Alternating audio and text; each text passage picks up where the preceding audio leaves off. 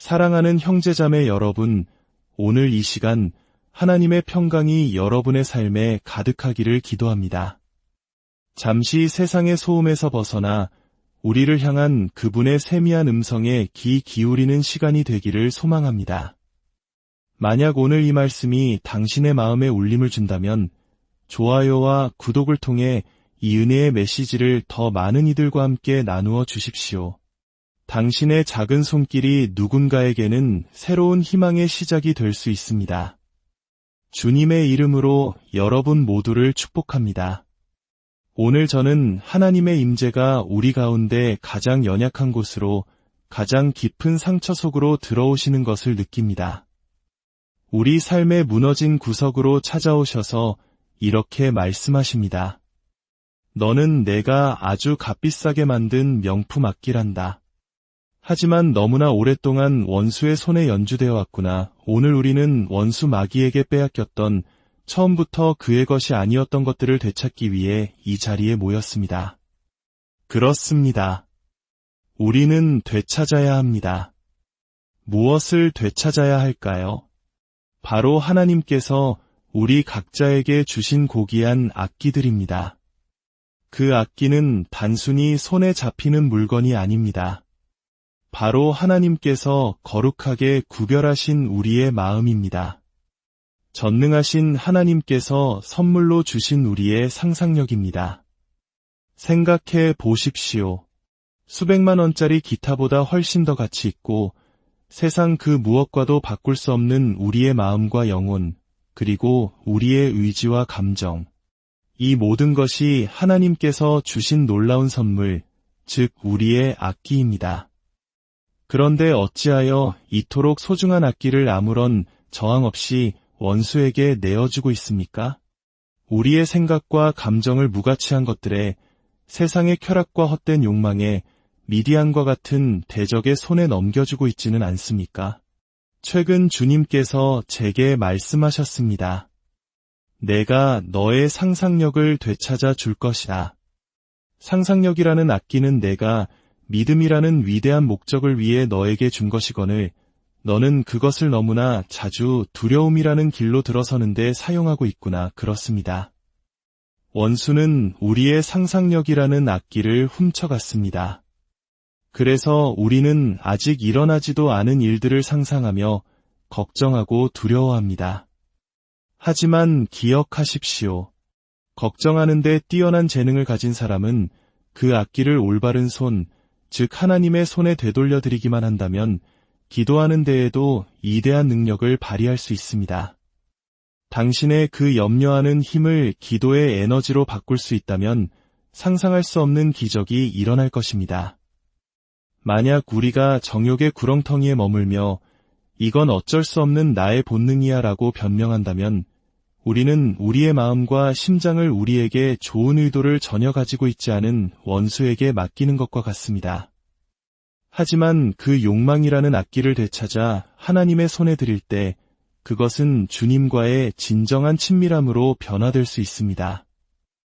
그때 비로소 하나님께서는 당신 안에 심어두신 모든 잠재력과 가능성을 세상 가운데 풀어놓으실 것입니다. 당신의 삶이 올바른 손에 들려있기만 하다면 말입니다. 이를 위해 하나님께서 기드온에게 가장 먼저 하신 일은 그가 의지하던 것들을 내려놓게 하시는 것이었습니다. 성경 속 기드온의 이야기는 오늘 우리에게 깊은 통찰을 줍니다. 당시 이스라엘은 미디안의 압제 아래 고통받고 있었습니다. 하나님께서는 기드온을 지도자로 세우시고 미디안과 싸우게 하셨습니다. 기드온이 모은 군사는 32,000명이었습니다. 그러나 하나님께서는 그 수가 너무 많다고 하셨습니다. 왜일까요? 그들이 자신의 힘으로 승리했다고 교만해질까 염려하셨기 때문입니다. 하나님께서는 기드온에게 명하셨습니다. 두려워서 떠는 자들은 모두 집으로 돌려보내라. 이 말을 듣고 무려 22,000명이 군대를 떠났습니다. 기드온은 아마 당황했을 것입니다. 하나님, 제가 뭘 잘못했나요? 하나님은 대답하셨습니다. 아니다. 너는 옳게 행했다. 하지만 아직 충분하지 않다 기억하십니까? 우리가 처음 만난 기드온은 적을 피해 포도주 틀에서 몰래미를 타작하던 소심한 사람이었습니다. 그러나 이제 하나님께서 그의 군대를 타작하고 계십니다. 이것은 단순히 숫자를 줄이기 위한 뺄셈이 아닙니다. 이것은 승리를 위한 하나님의 전략적인 걸으심입니다. 혹시 지금 삶에서 무언가를 잃어가고 있습니까? 관계가 끊어지고 재물이 줄어들고 건강이 약해지고 있습니까?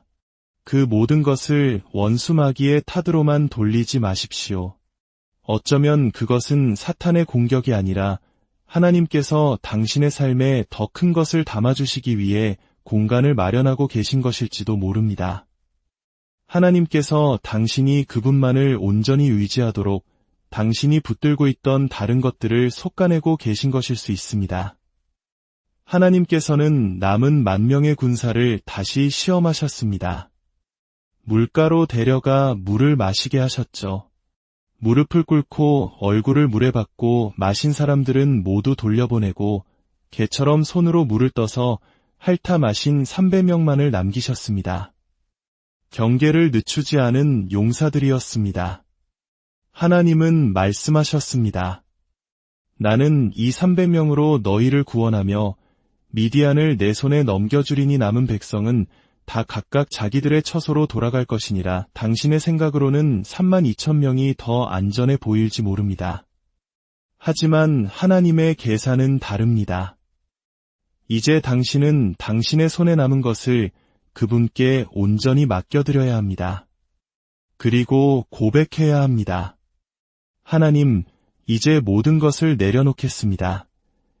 사사기 7장 8절은 이렇게 기록합니다. 이에 백성이 양식과 나팔을 손에 든지라. 그렇습니다.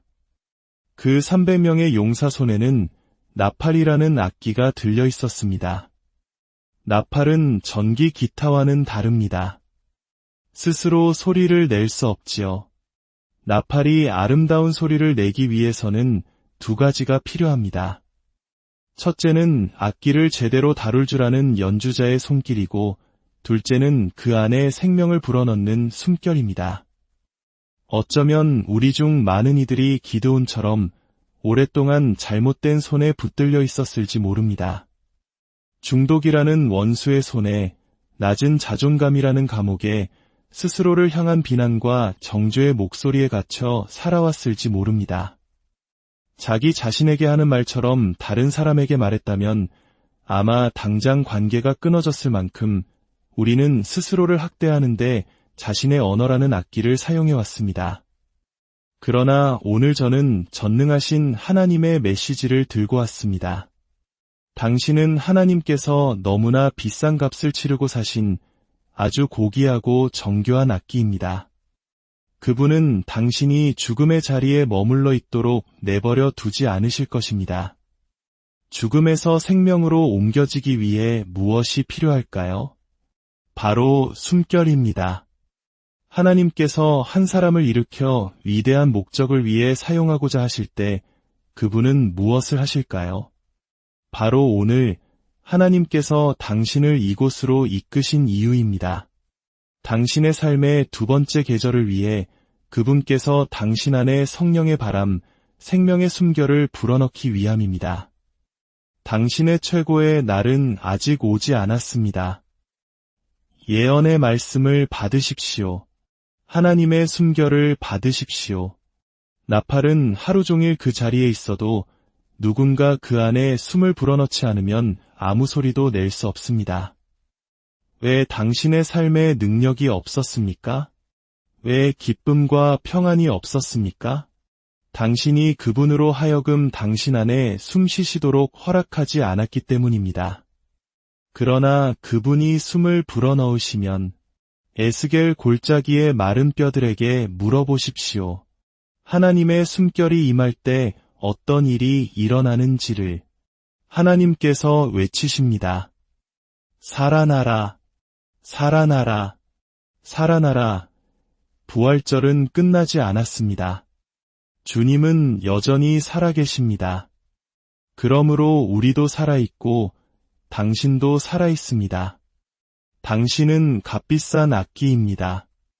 정교하고 아름다운 악기입니다. 위대한 연주자이신 주님의 손에 당신의 삶이 들려질 때 당신을 통해 어떤 놀라운 음악이 흘러나올지 아무도 예측할 수 없습니다. 오늘 당신의 삶이라는 악기를 온전히 주님께 내어드리십시오. 그분의 숨결이 당신을 가득 채우고 당신을 통해 세상이 한 번도 들어보지 못한 가장 아름다운 찬양을 연주하게 하시기를 주님의 이름으로